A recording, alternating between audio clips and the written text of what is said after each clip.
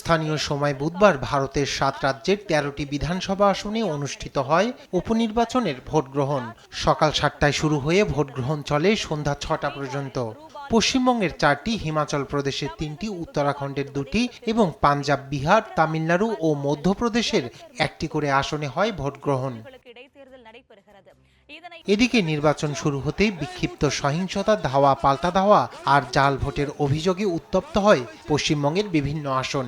সকাল থেকেই উত্তপ্ত ছিল রানাঘাট দক্ষিণ বিধানসভার পায়রাডাঙ্গা আসনটি। অভিযোগ ওঠে বিজেপির প্রার্থীকে মারধরের। গুরুতর আহত অবস্থায় হাসপাতালে ভর্তি করা হয় তাকে। পোলিং এজেন্ট হতে যাবি তো পা দুটো কেটে রেখে দেবো। আমাদের যে ভোটার লিস্টের যে সিলেক্ট হলো, তারপরে আমরা ছোট স্লিপ যে নাম্বারগুলো দিই, সেই নাম্বারগুলো সব দিয়ে চলে গেছে।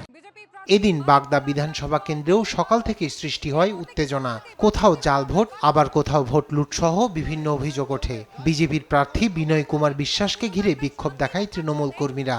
আর এই নির্বাচনকে প্রহসনের নির্বাচন বলে আখ্যায়িত করে পশ্চিমবঙ্গ বিজেপি নেতা সুকান্ত মজুমদার। কেন্দ্র নির্বাচন কমিশনের ভাবা উচিত যে এইভাবে যদি ভোট করানো হয় তাহলে তো নির্বাচনের নামে প্রহসন হবে। মোড়ের মাথায় গুন্ডারা দাঁড়িয়ে থাকছে, যারা ভোট দিতে যাচ্ছে তাদেরকে চমকানো হচ্ছে, ধমকানো হচ্ছে, মানুষের উপর বিদ্রোহ করবে। এই উপনির্বাচনে পশ্চিমবঙ্গের 4 বিধানসভা আসনে লড়েছেন মোট 34 জন প্রার্থী।